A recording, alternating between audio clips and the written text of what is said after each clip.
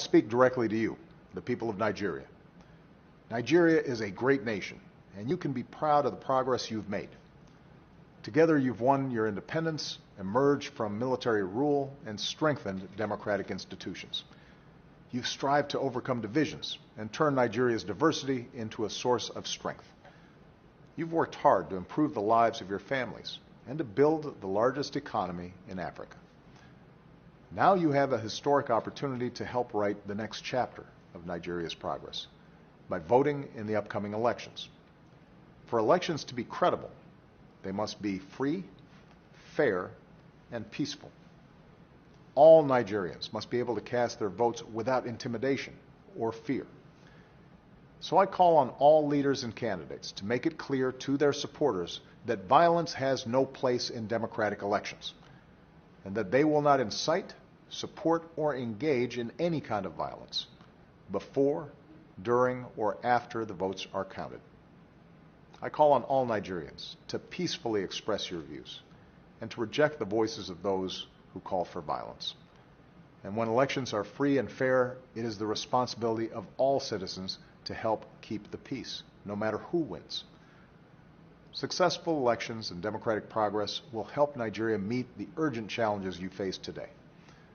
Boko Haram, a brutal terrorist group that kills innocent men, women, and children, must be stopped.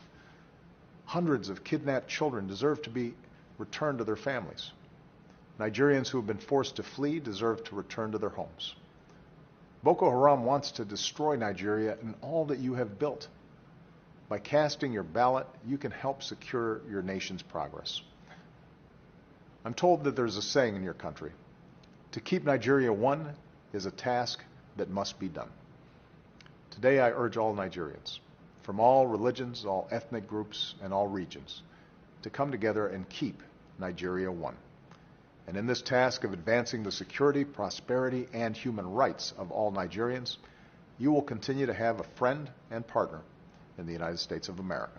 In a groundbreaking revelation that has sent shockwaves across the globe, Elon Musk and the cryptocurrency Doge have uncovered the hidden roles played by former US President Barack Obama, his administration, and radical left groups in a 215 psychological operation aimed at destabilizing Nigeria.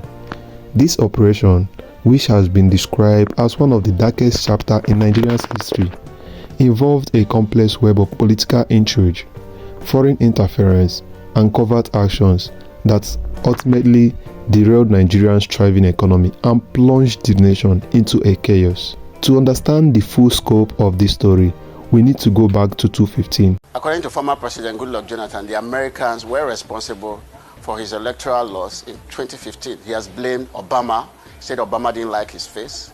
He also thinks that the Americans were urging then INEC chairman Attahiru Jega to hold the election even though INEC wasn't ready. He has blamed everybody else but himself for his loss.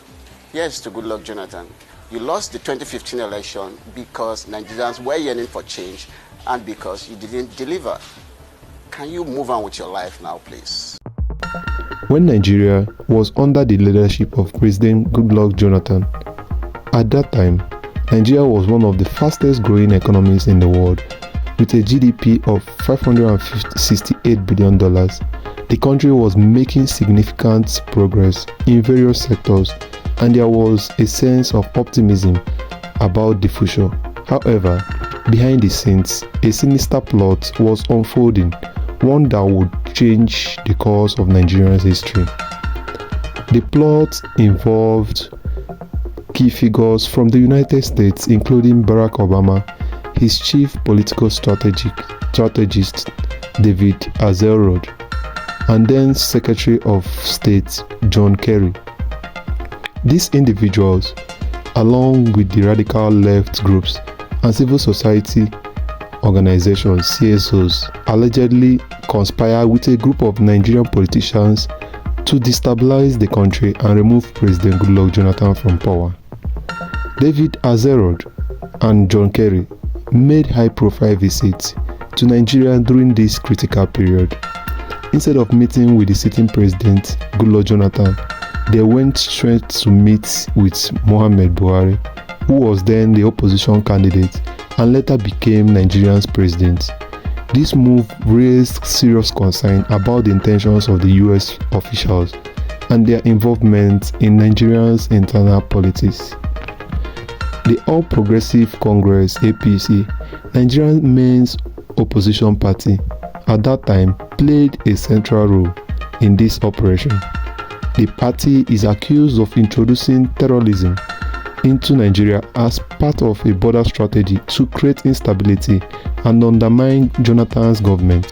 The level of interference by the Obama's government was very overwhelming. It's not as if I couldn't have won the election even with that. But if by my own thinking and also the way some other people look at it, they go outside the normal diplomatic relationship, then it should be mentioned.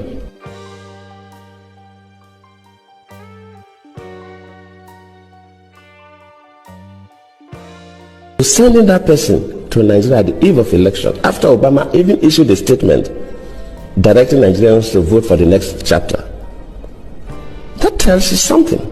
And we should not sweep this things under the carpet. If a foreign country, whether African country or even America or any other country, interferes with our own elections, we should mention it.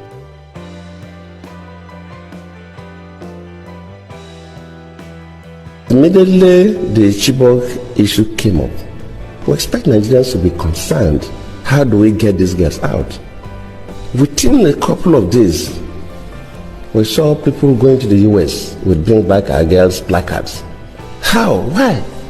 And of course, the Mrs. Obama received one of those placards.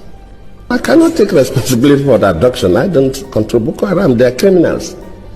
But as a president, of course, you know, it's not the president that go to the field.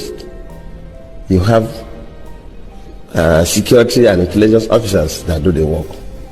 Let me admit that, yes, maybe they do their best, but their best was not good enough for us to recover the girls.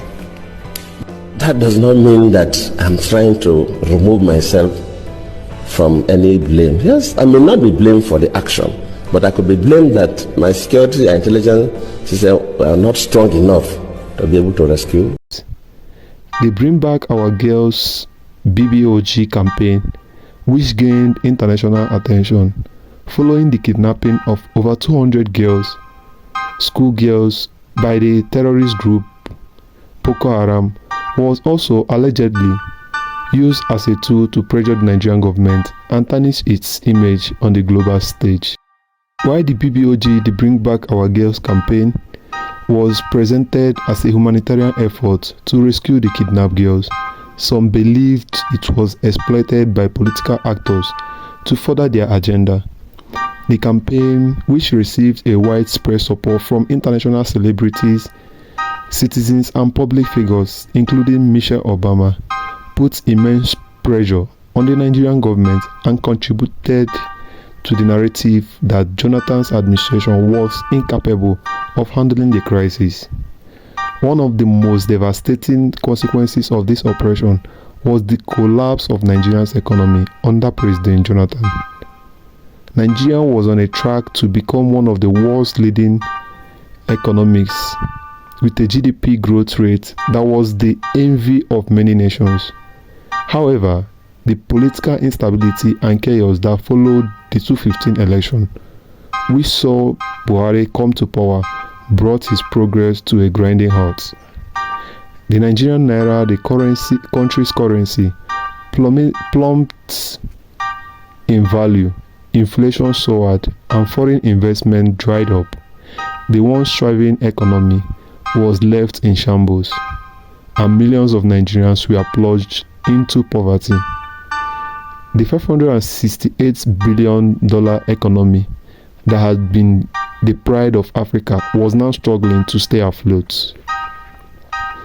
At the heart of this operation was a psychological strategy designed to manipulate public opinion and create a sense of crisis in Nigeria.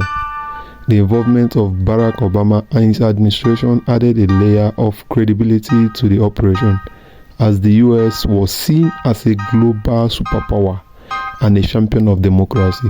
However, the true intention of these actions were far from democratic. The psychological operation involved a combination of media manipulation, political pressure, and covert actions aimed at destabilizing Nigeria. By creating a sense of chaos and uncertainty, the plotters were able to weaken Jonathan's government and pave the way for a change in leadership. The ultimate goal, it seems, was to install a government that would be more aligned with the interests of foreign powers. The fallout from this operation is still being felt in Nigeria today. The country has struggled to recover from the economic and political turmoil that followed the 2015 elections.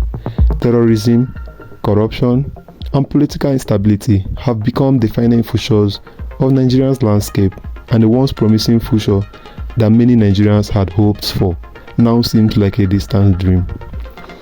The revelation by Elon Musk and Doge have brought this dark chapter of Nigeria's history back into the spotlight. By shedding light on the roles played by Barack Obama, his administration, and the radical left group. Who gets some of that money? Does that name ring a bell to anybody in the room? Because your money, $697 million annually, plus the shipments of cash funds madrasas, ISIS, Al-Qaeda, Boko Haram, ISIS Khorasan, terrorist training camps. That's what it's funding.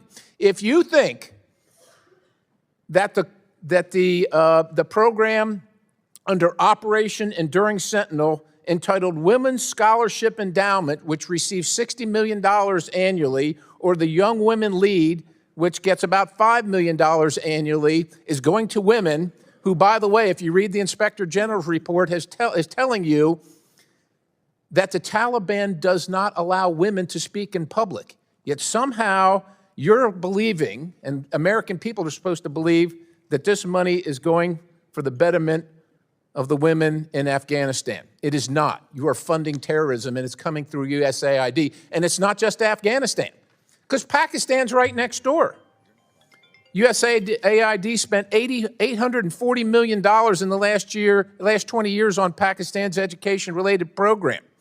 It includes $136 million to build 120 schools, of which there is zero evidence that any of them were built. Why would there be any evidence? The Inspector General can't get in to see them. But you know what? We doubled down and spent $20 million from USAID to create educational television programs for children unable to attend the physical school.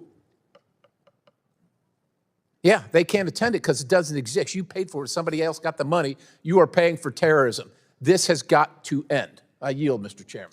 These revelations have sparked a global concern and a global conversation about the impact of foreign interference in African politics. This story serves as a stark reminder of the importance of transparency and accountability in government. It also highlights the need for nations to protect their sovereignty and resist external influences that seek to undermine their progress.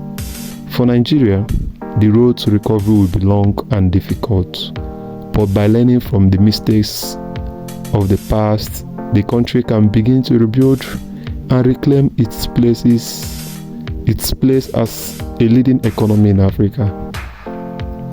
As we reflect on this tragic chapter in Nigeria's history, it is important to remember the lessons it teaches us about the dangers of political manipulation, foreign interference, and the importance of standing up for justice and truth.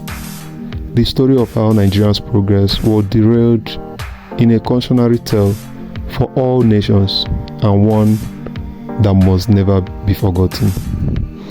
We want to see what you have to say about this in the comment section, and we hope to see you in the next video.